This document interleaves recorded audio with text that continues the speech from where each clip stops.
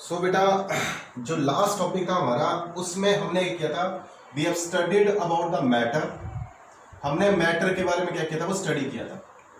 फिर हमने बोला था कि जो मैटर है उसकी हमने क्लासिफिकेशन करी थी। One is called physical classification, second one is chemical classification. Physical classification में बेटा हमने बोला था तीन कैटेगरी स्टडी करी थी। One is called solid state, second one is called liquid state, third one is called gases state. उनके बारे में डिफरेंट जो एस्पेक्ट्स है, चाहे वो फोर्स ऑफ अट्रैक्शन है, चाहे वो डिस्टेंस बिटवीन देम है, चाहे वो डेंसिटी है, उसके बारे में क्या किया था हमने, वो स्टडी किया था। तो बेटा उसके बाद हमने करी थी इसकी, पहले आई थी physical classification, then we have done its chemical classification. हमने इसकी क्या करी थी, वो केमिकल क्लासिफिकेशन। बेटा ये सारी जो चीज है बेटा वो आपने पहले भी पढ़ रखी है इन कौन सी क्लास में, 9th क्लास में। फिर केमिकल क्लासिफिकेशन में हमने आगे इसको फर्दर क्लासिफाई किया था इनटू प्योर सब्सटेंसेस। ठीक है बेटा, एक तो हमारे पास क्या थे, प्योर सब्सटेंसेस थे। उस प्योर सब्सटेंसेस को हमने फर्दर डिवाइड किया था इनटू एलिमेंट्स एंड कंपाउंड्स। इन दो में क्या किया था बेटा, हमने वो क्लासिफाई किया था। ये हम लास्ट लेक्चर में कर चुके थे। प्योर सब्सटेंसेस मीन जो एक ही तरह के, the substances which is made up of single type of smaller particles. अब बेटा इसमें ये नहीं है कि एक ही तरह के, मतलब हाइड्रोजन तो हाइड्रोजन ही आएगा। जैसे बेटा हमारे पास H2O है तो उसमें क्या हाइड्रोजन और ऑक्सीजन ही होंगे, पानी जो है। ठीक है, तो ये नहीं मतलब सेम टाइप मीन उसके कंस्टिट्यूएंट होंगे, ऑल सब्सटेंस में क्या होंगे, बस सिमिलर होंगे। ठीक है, फिर इसमें हमने एलिमेंट्स किए थे।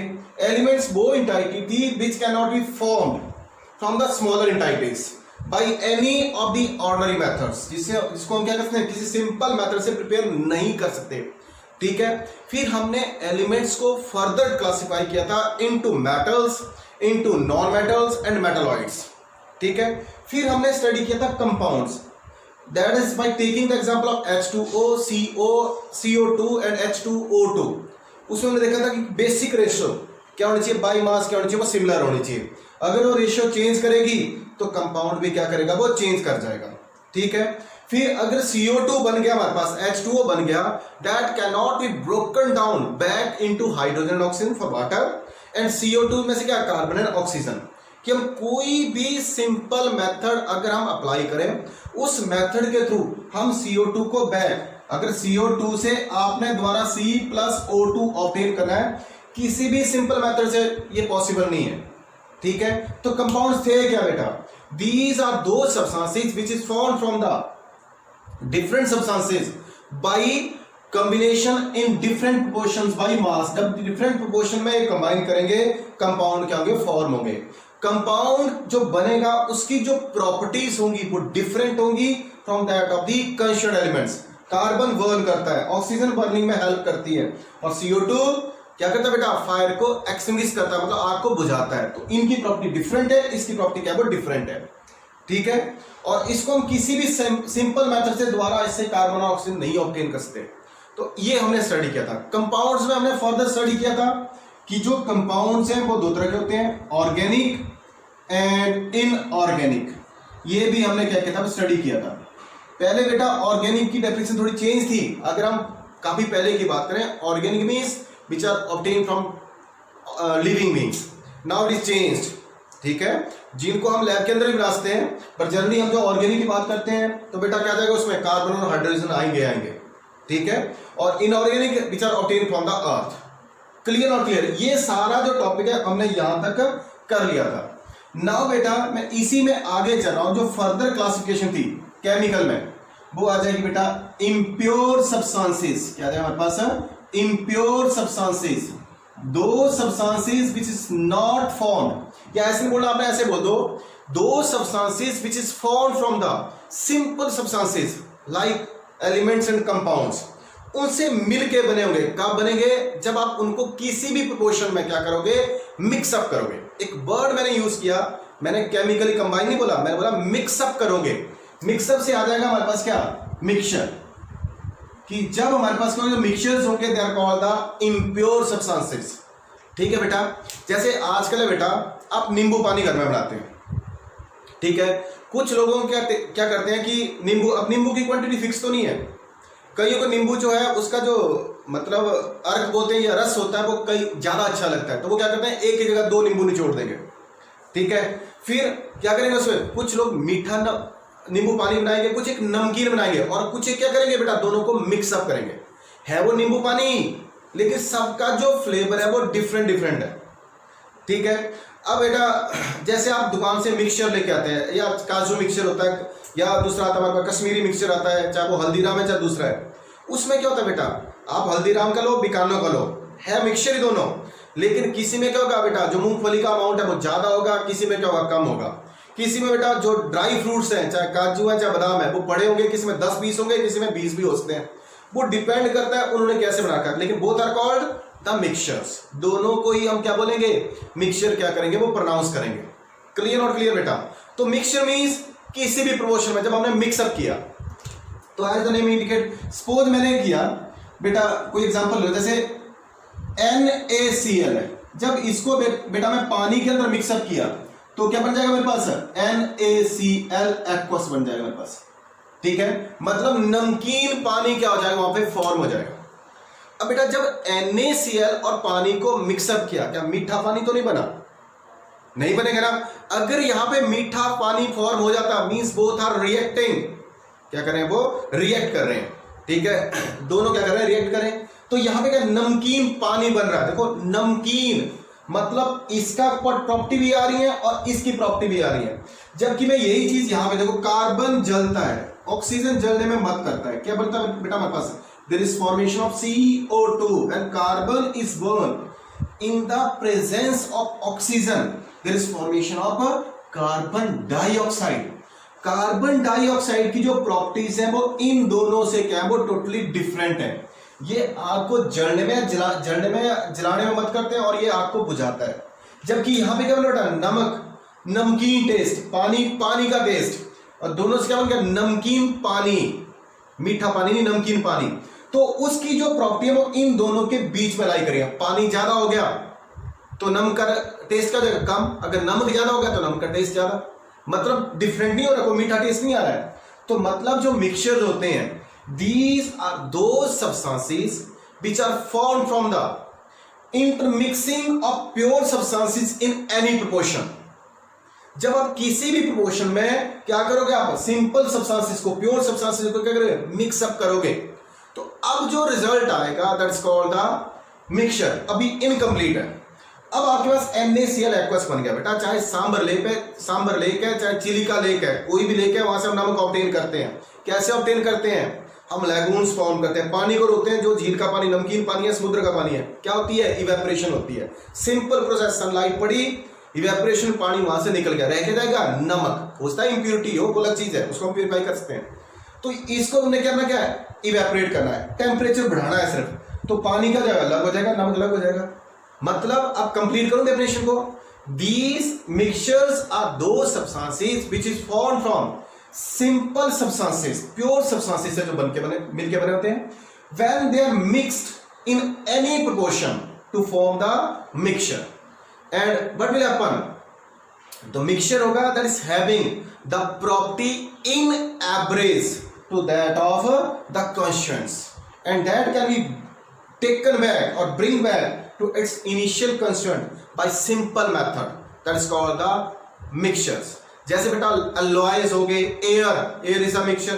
कहीं पे ऑक्सीजन क्या बेटा बोलते तो हम 21%, पर जरूरी नहीं है कि हर जगह 21% ही हो। आप दिल्ली में जाओ 21% होगी, या आप मेरे से बेटर जानते हैं कम होगा, अमाउंट कम हो जाएगा, या दूसरी गैसेज उसके अंदर कंटामिनेट हो चुकी होगी। तो बेटा बोलने का मतलब क्या है कि मिक्सचर में क्या है फर्क नहीं पड़ेगा, पर एयर में ऑक्सीजन होगी, तो एयर क्या है, एयर इज अ मिक्सचर। जितने भी सॉल्यूशंस है बेटा, चाहे वो अलॉयज हैं, वो सारे क्या है वो मिक्सचर्स हैं, ठीक है। अब ये जो मिक्सचर्स हैं they are further divided into two category, homogeneous, एक तो मेरे पास आ जाएगा homogeneous, second one is called the heterogeneous, second one आ जाएगा word heterogeneous.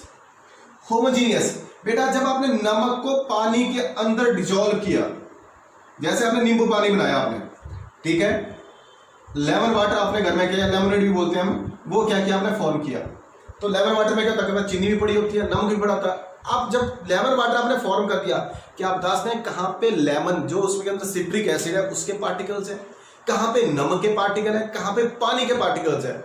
You are not able to distinguish, means there is no clear cut boundary in between the particle of lemon जो भी उसके अंदर एसिड है and that of salt and water. तो इस तरह के जो मिक्सचर्स होंगे they are called the homogeneous mixtures. क्या बोलेंगे इनको? Homogeneous mixtures. Alloys is a homogeneous mixture. जितने भी सॉल्यूशंस है वो किसमें आएंगे?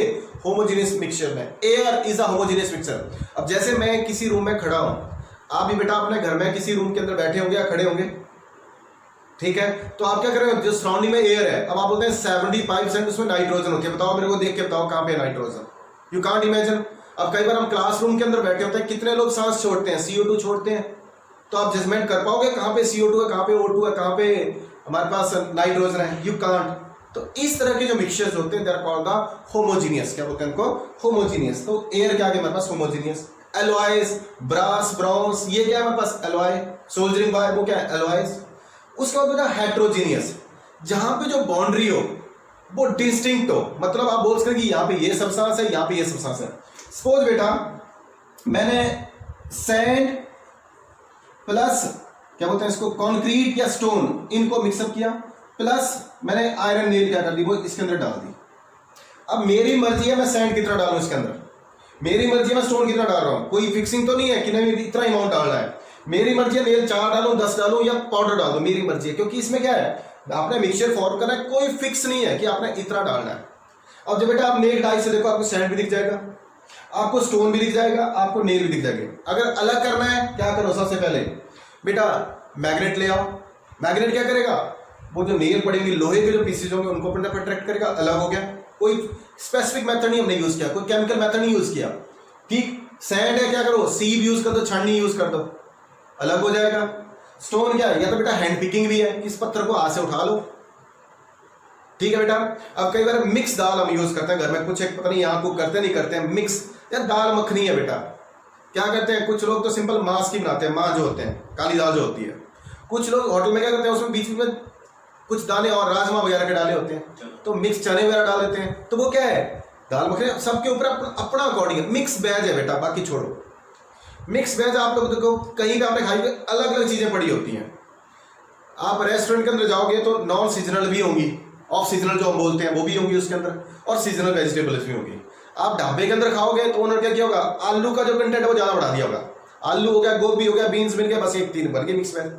अब किसी रेस्टोरेंट में जाओगे अच्छे से में, वो क्या करेगा, उसमें हो सकता कि और इन अनदर ग्रेडियंट भी डाल दे, जैसे कैप्सिकम हो गया, शिमला मिर्च बोलते हैं हम, ठीक है। फिर उसके अंदर कई बार होता है भिंडी डाल दे, ठीक है, या हो सकता है उसके अंदर पनीर भी डाल दे, मशरूम डाल दे, तो वो उनके ऊपर है। सब प्रोनाउंस तो मिक्स वेज ही हो रही है, ठीक है। तो बेटा वो क्लियरली डिस्टिंग्विश भी हो रही थी। ये थे हमारे पास क्लासिफिकेशन ऑफ मैटर। नाउ बेटा जो नेक्स्ट टॉपिक है वो अब नया टॉपिक है, थोड़ा पढ़ा तो है आपने उसके बारे में भी, लेकिन है वो न्यू टॉपिक।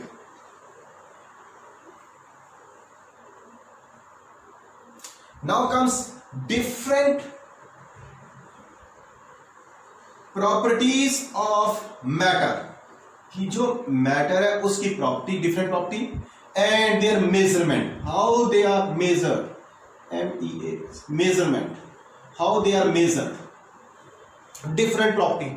अब जो प्रॉपर्टीज होंगी कौन कौन सी होती है बेटा, ठीक है, वो हमारे पास फिजिकल भी होती है, केमिकल भी होती है, ठीक है बेटा। जैसे हमारे पास क्या बॉइलिंग पॉइंट है, मास है, शेप है, कलर है, वो किस में आएगा? फिजिकल प्रॉपर्टीज में। अगर किसी सब्सटेंस का केमिकल रिएक्शन है, रिएक्टिविटी है, एसिडिटी है, उसकी बेसिसिटी है, ठीक है बेटा, या उसकी बेटा रिएक्शंस है, कंबस्टिबिलिटी है, वो किस में आएंगे? Chemical properties. तो बेटा हमारे पास किसी भी मैटर की 2 प्रॉपर्टीज होंगी, one is called the physical properties, एक आ जाएगा हमारे पास क्या physical properties, and second one is called the chemical properties. एक बेटा फिजिकल प्रॉपर्टीज होगी और एक क्या होगी? वो केमिकल प्रॉपर्टीज। अब सबसे पहले केमिकल प्रॉपर्टीज की बात कर देता हूं मैं, क्योंकि ये टॉपिक हम पहले लेंगे, ये मैं इसको यहीं पे खत्म करूंगा, बाद में इसको स्टडी करेंगे। Chemical properties, those properties which depends upon the composition of a substance, in which the composition of a substance changes or which are related with the chemical reaction of that substance. तो such property जैसे acidity, basicity, they are called the chemical properties. अब focus करेंगे हम physical properties के ऊपर। Those property of a substance of a matter which depends upon its colour, shape, size and mass, और you can say which do not depends upon its composition. वो property matter की जो इसकी composition के ऊपर नहीं डिपेंड करेगी। How that substance is formed, किसके ऊपर डिपेंड करेगी? उसके शेप के ऊपर, साइज के ऊपर, उसके मास के ऊपर, उसके मेल्टिंग पॉइंट के ऊपर, उसके बॉइलिंग पॉइंट के ऊपर, या उसकी डेंसिटी के ऊपर। तो इस तरह की जो प्रॉपर्टीज होंगी they are called the physical properties. अब देखो बेटा, इसी चीज में आगे बढ़ रहा हूं। सपोज मैंने लिख दिया बेटा 2862, मैंने एक नंबर लिखा 2862, बट डज इट मीन, मैंने आपको बोल दिया कि 2862, all of you are confused कि ये 2862 है क्या? ठीक है। अब बेटा यहां पे ये क्वांटिटी अधूरी है। मैंने बोला कि आप मार्केट जाओ 20 ले आओ, 20 है क्या? Not categorised. मैंने बोला कि 500 ले आओ, 500 है क्या? ठीक है। आप कंफ्यूज हो जाएंगे, सर ने मंगवाया तो मंगवाया क्या? तो बेटा अब मैंने बोला कि 10, अब ये 10 है क्या? मैंने बोल दिया 12 है क्या? अब मैं ऐसे बोल दूं 10 मीटर, तो आपके बोलेंगे कोई लेंथ वाला कोई आर्टिकल है जो आपने मार्केट से 10 मीटर लाना है। मैंने बोल दिया 12। अब वो क्या होता है, अगर मैं आगे का इसमें मीटर मैंने वहां पे बोल दिया, अगर मैं यहां पे नहीं यूज कर रहा हूं तो यू गेट कंफ्यूज्ड, आपको नहीं पता चल रहा है। तो बेटा अब मैंने बोल दिया कि सपोज ये जो यहां से ए और बी 2 पॉइंट्स हैं और यहां से यहां तक 12 है। अब 12 है क्या? It's not a complete statement नहीं है। 12 तो मैंने बोल दिया, 12 है क्या? 12 में भी मिलीमीटर, अब मैं वर्ड यूज कर रहा हूं मिलीमीटर, स्ट्रेस कर रहा हूं मिलीमीटर। 12 में भी सेंटीमीटर, 12 में भी मीटर, 12 में भी किलोमीटर, 12 में भी माइल्स, 12 में भी नॉटिकल माइल्स एंड 12 में भी लाइट ईयर्स। वो कुछ भी हो सकता है बेटा। तो अब मतलब हमने जब भी किसी भी फिजिकल, अब देखो मैं एक्सप्रेस कर रहा हूं फिजिकल क्वांटिटी को, कि फिजिकल क्वांटिटी को अगर मैं ऐसे एक्सप्रेस करूंगा तो इट डज नॉट मीन, ये कुछ भी नहीं बता रही हमारे को। लेकिन मैं यहां पे लिख दूं 12 मीटर, मैंने लिख दिया 12 मीटर। तो बेटा इस क्वांटिटी में 2 पार्ट आ गए, one is called the numeral part and second one is called इसका यूनिट पार्ट। ये 2 चीज आ गई। अगर हमारे पास मैं यहां पे लिख दूं सिंपल, मैं यहां पे लिख दूं मीटर, तो भी ये इनकम्प्लीट है। ठीक है, ये इतना इंडिकेट कर रहा है कि हमारे पास या कुछ भी नहीं है तो 1 मीटर हम लेते हैं, पता भी कंप्लीट हो जाएगा। हाँ ठीक है, इनकम्प्लीट रहेगा, इनकम्प्लीट हो जाएगा। पर फिर भी ये हमारे को इतना बता रहा है कि जो मीटर है means we are dealing with the length, हम लेंथ से क्या कर रहे हैं, वो डील कर रहे हैं। ये हमारे को फिर भी बता रहा है। अगर मैं इसको ऐसे ना लिख के यहां पे 12 लिख दूं तो ये कुछ भी नहीं बता रहा, एक नंबर है बस। लेकिन अगर मैं यहां पे लिखूं 12 केजी तो ये बता रहा है कि 12 जो हमारे पास उसका मास है, केजी वेट दे रखा है हमारे को, उसका मास दे रखा है। ठीक है, अगर 12 सेकंड लिख दूं तो मतलब ये टाइम का कोई स्पैन है 12 सेकंड से रिलेटेड। 12 एज आवर्स लिख दूं तो मींस ये टाइम का स्पैन है 12 घंटे से लेके कुछ ऐसा उससे रिलेटेड है। तो बेटा किसी भी फिजिकल क्वांटिटी को अगर हमने एक्सप्रेस करना है तो it needs a 2 part, one is called the numeral part, second one is called the unit. अब मैं यहां पे लिखा दूं ग्राम, तो ये क्या बन गया 2862 क्या है हमारे पास ग्राम है, मतलब कोई क्वांटिटी है उसमें कितना वो मैटर है उसके बारे में बात हो रही है यहां पे। अगर मैं यहां पे लिख दूं 2.862 केजी तो अगेन हमारे पास क्या क्वांटिटी है उस मैटर के अंदर, उसकी बात हो रही है कि वो है कितना, उसकी बात हम कर रहे हैं। तो बेटा 2.862 केजी ये आ गया। अब ये जो यूनिट है वो है क्या, यूनिट को हम डिफाइन कैसे करें? It is the standard chosen to express a physical quantity, कि जो हमने स्टैंडर्ड चूज किया, ठीक है, to express a physical quantity, किसी भी फिजिकल क्वांटिटी को एक्सप्रेस करने के लिए जो हमने स्टैंडर्ड यूज किया, that is called the unit. Standard chosen to express a physical quantity, that is called the unit. क्या बोलते हैं इसको? यूनिट बोलते हैं।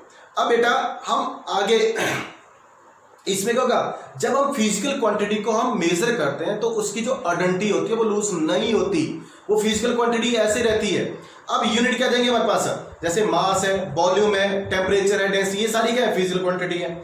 अब बेटा हमारे पास पहले क्या थी, 3 ही बेसिक क्वांटिटी थी आई थिंक, मास ग्राम में, ठीक है, वॉल्यूम लीटर में, और इस तरह से मेजर करते थे। फिर 1791 में जो साइंटिस्ट थे, ठीक है, उन्होंने क्या किया कि, क्योंकि देखो बेटा मैं थोड़ा सा आपको ऐसे कहानी बताऊं, जब आप पुराने सीरियल देखते हो या कोई पुराने आप ऐसी कोई डॉक्यूमेंट्री देखते हो, जैसे ये भी छोड़ो, आप पंजाब है ना, पंजाब में हम किला वर्ड यूज करते हैं जमीन को मेजर करने, इतने किले जमीन है, 2 किले, 10 किले, 15 किले, 50 किले, ऐसे जमीन है।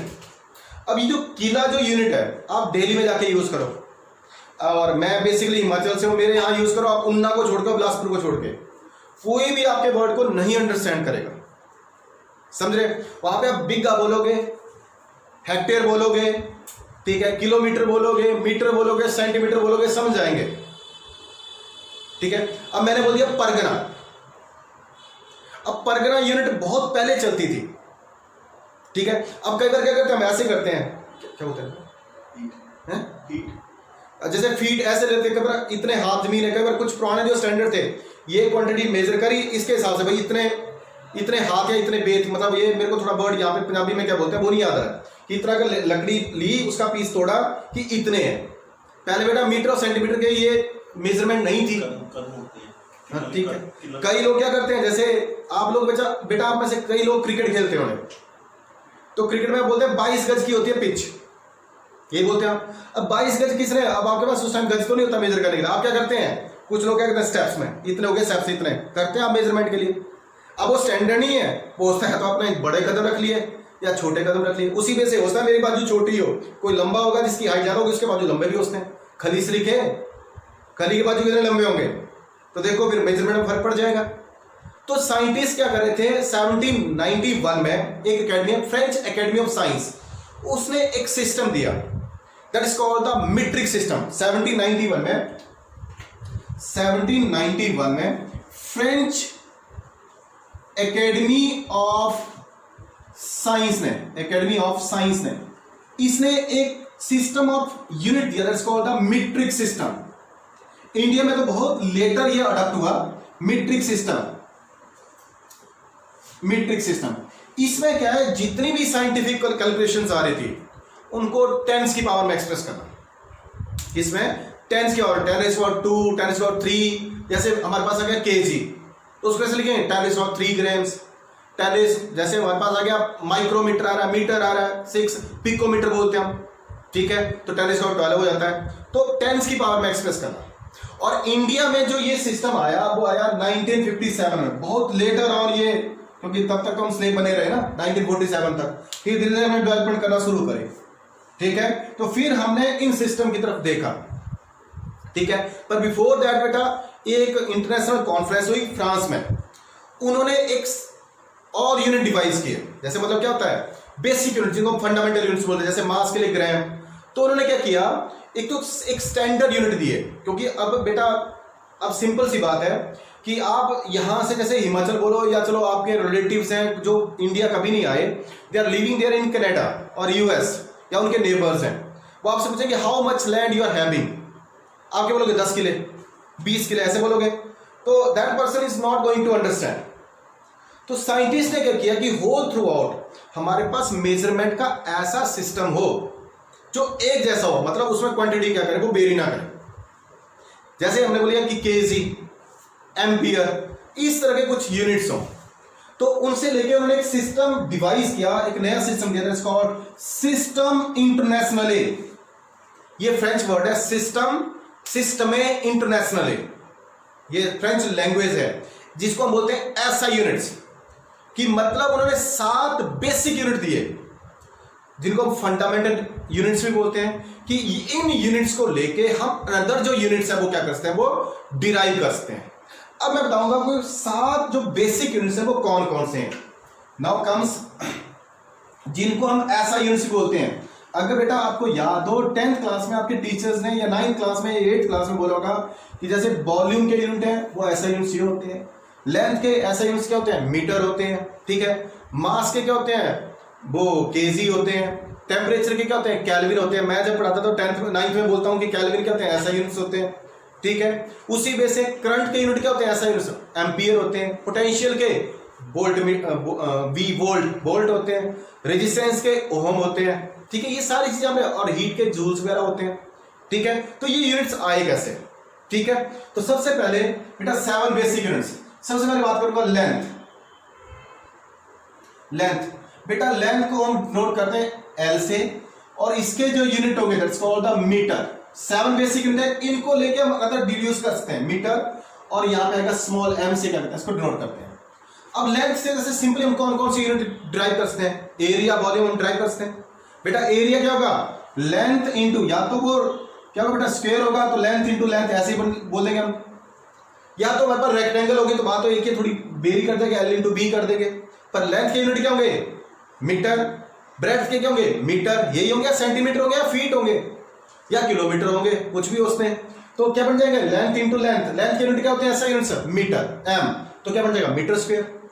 वॉल्यूम लीटर, क्या देगा लेंथ क्यूब, तो आ जाएंगे वहां से भी यूनिट, ठीक है बेटा। तो वहां से हम क्या कर सकते हैं, वो यूनिट क्या कर सकते हैं, डिवाइड कर सकते हैं, ड्राइव कर सकते हैं।